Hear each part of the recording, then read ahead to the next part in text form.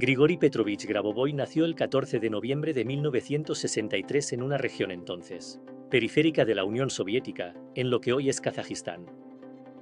Creció en un entorno marcado por la rigidez técnica del sistema soviético, donde las matemáticas, la ingeniería y la ciencia eran caminos de prestigio y supervivencia. Desde joven mostró una facilidad notable para los números y el pensamiento abstracto, algo que más tarde se convertiría en el eje central de su discurso público. Se formó académicamente en matemáticas aplicadas y mecánica, y durante sus primeros años adultos llevó una vida relativamente discreta, vinculada a trabajos técnicos. Nada en ese periodo lo distinguía como líder espiritual, sanador o figura pública.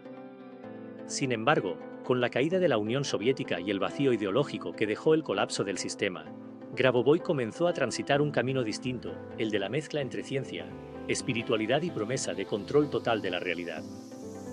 A mediados de los años 90 empezó a presentarse como alguien con capacidades extraordinarias. Afirmaba poder diagnosticar enfermedades a distancia, prevenir catástrofes aéreas, influir en sistemas tecnológicos complejos y, con el tiempo, incluso alterar la estructura misma de la realidad. Su discurso se volvió cada vez más ambicioso y absoluto.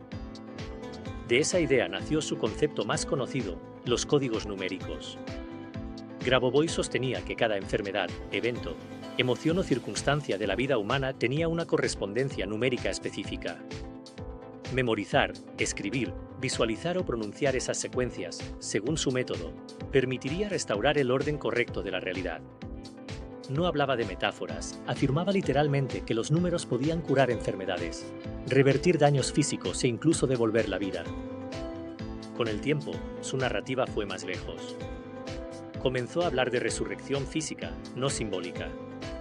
Aseguró públicamente que la muerte no era definitiva y que él poseía el conocimiento para revertirla. En ese punto, dejó de presentarse solo como un investigador o maestro espiritual y empezó a construir una figura mesiánica. En ciertos contextos llegó a insinuar, y en otros a afirmar, que era una manifestación divina, una figura enviada para salvar a la humanidad de la destrucción. Este discurso encontró terreno fértil en personas desesperadas, enfermas o emocionalmente rotas. El momento más oscuro de su historia llegó tras la tragedia de Beslan, cuando cientos de niños murieron en un ataque terrorista en una escuela rusa. Grabovoi se acercó a familiares de las víctimas prometiendo que podía resucitar a los niños, a cambio de dinero y adhesión a sus enseñanzas. Ese acto marcó un punto de quiebre definitivo entre él y la sociedad rusa. Fue arrestado, juzgado y condenado por fraude. El proceso judicial lo presentó no como un místico incomprendido, sino como alguien que explotó el dolor humano para beneficio personal. Recibió una condena larga, aunque finalmente fue liberado antes de cumplirla por completo. Tras salir de prisión, lejos de desaparecer, Grabovoi continuó su labor desde el extranjero. Cambió el tono, suavizó algunas afirmaciones públicas, pero mantuvo intacta la estructura central de su doctrina. Sus códigos numéricos comenzaron a circular sin su presencia directa, replicados por seguidores, coaches espirituales y creadores de contenido. Con el auge de las redes sociales, su nombre empezó a reaparecer, muchas veces sin contexto, sin historia, sin mencionar su pasado legal. Hoy, Grabovoi es una figura fragmentada, para algunos, un visionario, para otros, un estafador peligroso, para muchos, simplemente el origen de una moda espiritual que se comparte en TikTok, Facebook o WhatsApp. Sus códigos se repiten como mantras modernos, desligados del hombre que los creó, y convertidos en símbolos de esperanza rápida, control ilusorio y promesas absolutas.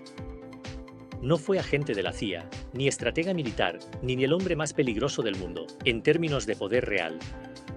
Su peligro, según sus críticos, siempre fue otro: la capacidad de convencer a personas vulnerables de que podían sustituir la realidad médica, física y humana por una secuencia de números.